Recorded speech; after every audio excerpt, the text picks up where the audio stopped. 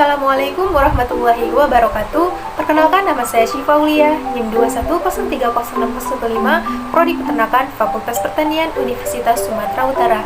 Di sini saya akan menjelaskan mengenai traktus urogenital pada entang betina dari Praktikum Produksi Ternak Unggas dengan dosen pengampu Ibu Tati Fidianasari SPTMP. Nah, untuk yang pertama yaitu ada bagian ovarium. Bagian ovarium ini berkembang hanya bagian sebelah kiri. Biasanya ovarium terdiri dari 5-6 folikel yang sedang berkembang. Ovarium ini terbagi menjadi dua, yaitu korteks bagian luar dan medula bagian dalam. Korteks mengandung folikel yang terdapat sel-sel telur yang biasanya mencapai sekitar 12.000, tapi hanya beberapa sel saja yang mampu masak. Kemudian yang kedua yaitu ada ovidak. Nah, ovidak ini merupakan saluran tempat disekresinya albumen atau putih telur, membran kerabang, dan pembentukan kerabang telur.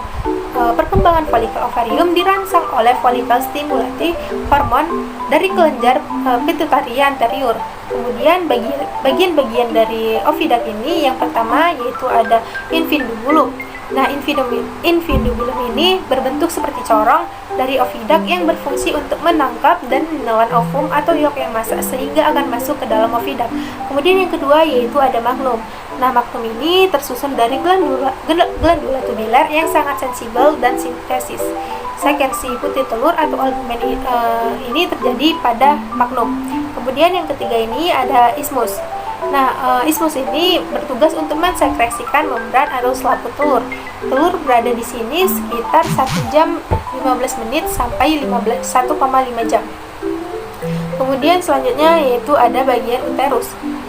Nah, untuk bagian uterus ini merupakan tempat penyimpan sementara sebelum telur keluar. Kemudian selanjutnya yaitu ada bagian vagina. Nah, di vagina ini selama proses reproduksi telur, normalnya telur tinggal di dalam vagina selama beberapa menit, tetapi dalam keadaan tertentu dapat tinggal beberapa jam. Pada bagian ini terjadi dua fenomena, yaitu dehidrasi putih telur atau clumping dan kemudian terbentuk kerabang telur. Warna kerabang telur yang terdiri atas sel porfirin akan terbentuk di bagian ini, yaitu pada akhir mineralisasi kerabang telur. Kemudian pada bagian terakhir ada kloaka. Kloaka ini merupakan bagian paling akhir dari induk dan merupakan saluran dikeluarkannya telur.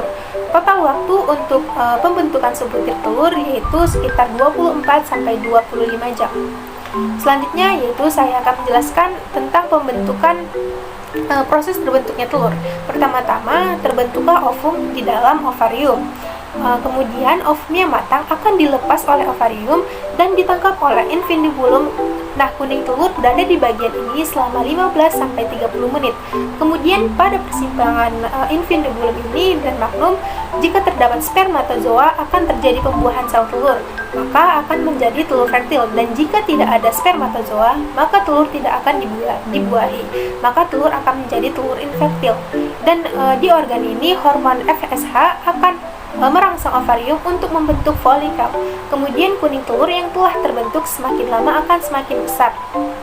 Ketika telah terbentuk seperti bola dan matang, hormon estrogen akan merangsang corong ovidak untuk membesarkan rongga salurannya.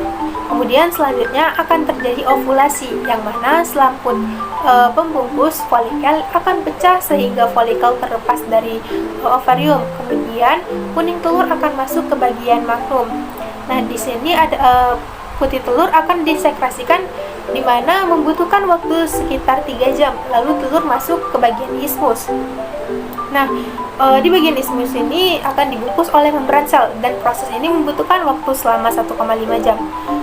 Sebelumnya pada bagian magnum terdapat hormon androgen yang mana hormon ini akan merangsang magnum untuk membentuk putih telur yang kental dan melapisi kuning telur dengan bantuan hormon estrogen yang akan terjadi pada proses pembentukan kulit telur sebagian. Nah, selanjutnya telur masuk ke uterus. Di sini terjadilah proses pembentukan kerabang telur yang membutuhkan waktu sekitar 18-21 jam. Kemudian telur akan didorong menuju ke vagina, yang merupakan tempat penyimpanan telur sebelum telur keluar dari kloaka. Kulit telur terlebih dahulu akan dilapisi oleh mukosa yang akan mengering, dan di bagian ini terjadi penyempurnaan posisi dan pori-pori telur yang disebut dengan kutikula. Setelah semua proses, maka telur akan dikeluarkan dari kloaka. Nah, proses pembentukan telur ini membutuhkan waktu sekitar 24-25 jam. Mungkin hanya ini yang dapat saya sampaikan. Lebih dan kurangnya saya mohon maaf. Wassalamualaikum warahmatullahi wabarakatuh.